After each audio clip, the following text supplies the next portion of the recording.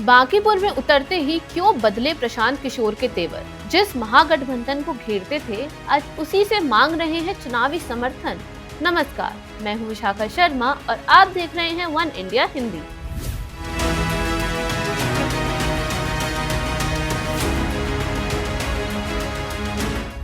बिहार की राजनीति में इन दिनों सबसे ज्यादा चर्चा अगर किसी सीट की हो रही है तो वो है पटना की बांकीपुर विधानसभा सीट। वजह सिर्फ उपचुनाव नहीं, बल्कि इस सीट पर आमने सामने खड़े दो बड़े चेहरे हैं। एक तरफ भारतीय जनता पार्टी का मजबूत गढ़ और मंत्री रहे नितिन नवीन की राजनीतिक विरासत, तो दूसरी तरफ पहली बार चुनावी मैदान में उतरे जनसुराज के संस्थापक प्रशांत किशोर।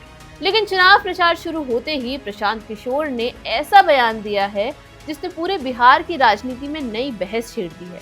जिस महागठबंधन की राजनीति पर वो लगातार सवाल उठाते रहे, अब उसी महागठबंधन से उन्होंने चुनावी समर्थन की अपील कर दी है। आखिर ऐसा क्या हुआ कि प्रशांत किशोर को ये अपील करनी पड़ी? क्या ये सिर्फ रणनीति है या फिर बांकीपुर में भारतीय जनता पार्टी की ताकत का असर?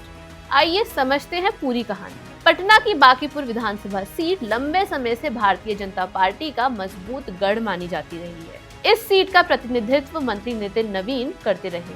उनके इस्तीफे के बाद यहां उपचुनाव हो रहा है और इस बार मुकाबला बेहद दिलचस्प माना जा रहा है। जनसुराज ने इस सीट से अपने सबसे बड़े चेहरे और पार्टी के संस्थापक प्रशांत किशोर को मैदान में उतारा है। राजनीतिक रणनीतिकार के तौर पर वर्षों तक चुनावी समीकरण बनाने वाले प्रशांत किशोर अब पहली बार खुद चुनाव लड़ रहे हैं। इसलिए ये चुनाव उनके राजनीतिक भविष्य की सबसे बड़ी परीक्षा माना जा रहा है। उम्मीदवार घोषित होने के बाद प्रशांत किशोर ने कहा कि पिछले 4 वर्षों से जनसुराज ही उनकी जिंदगी और उनका एकमात्र मिशन रहा है। उन्होंने भरोसा जताया कि अगर बांकीपुर की जनता उन्हें विधानसभा भेजती है तो वे बिना किसी डर और दबाव के सिर्फ जनता की आवाज उठाएंगे।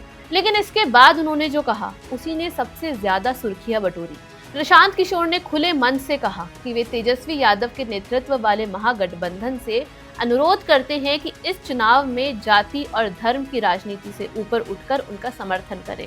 उन्होंने कहा कि मतदाताओं को पार्टी देखकर नहीं, बल्कि काम करने वाले उम्मीदवार को वोट देना चाहिए। यही बयान अब बिहार की राजनीति में चर्चा का विषय बन गया है, क्योंकि पिछले कई वर्षों से प्रशांत किशोर राष्ट्रीय जनता दल और महागठबंधन की राजनीति पर सवाल उठाते रहे हैं। लेकिन अब जब मुकाबला भारतीय जनता पार्टी के सबसे मजबूत गढ़ों में से एक बांकीपुर में है, तो उन्होंने महागठबंधन से चुनावी समर्थन की अपील कर दी है। राजनीतिक विश्लेषकों का मानना है कि बांकीपुर में भारतीय जनता पार्टी का मजबूत संगठन, पारंपरिक वोट बैंक और नितिन नवीन की वर्षों की राजनीतिक पकड़ विपक्ष के लिए बड़ी चुनौती है। ऐसे में विपक्षी वोटों के बंटने का फायदा भारतीय जनता पार्टी को मिल सकता है। माना जा रहा है कि प्रशांत किशोर की ये अपील इसी बंटवारे को रोकने की कोशिश हो सकती है। हालांकि प्रशांत किशोर ने किसी राजनीतिक गठबंधन या समझौते की बात नहीं कही। उन्होंने सिर्फ इतना कहा कि अगर विपक्ष बदलाव चाहता है तो उसे जाति और धर्म की राजनीति से ऊपर उठकर काम करने वाले उम्मीदवार का समर्थन करना चाहिए।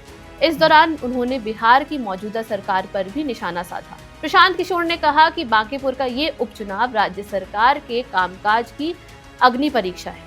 जनता इस चुनाव के जरिए बताएगी कि वो सरकार के प्रदर्शन से कितनी संतुष्ट है।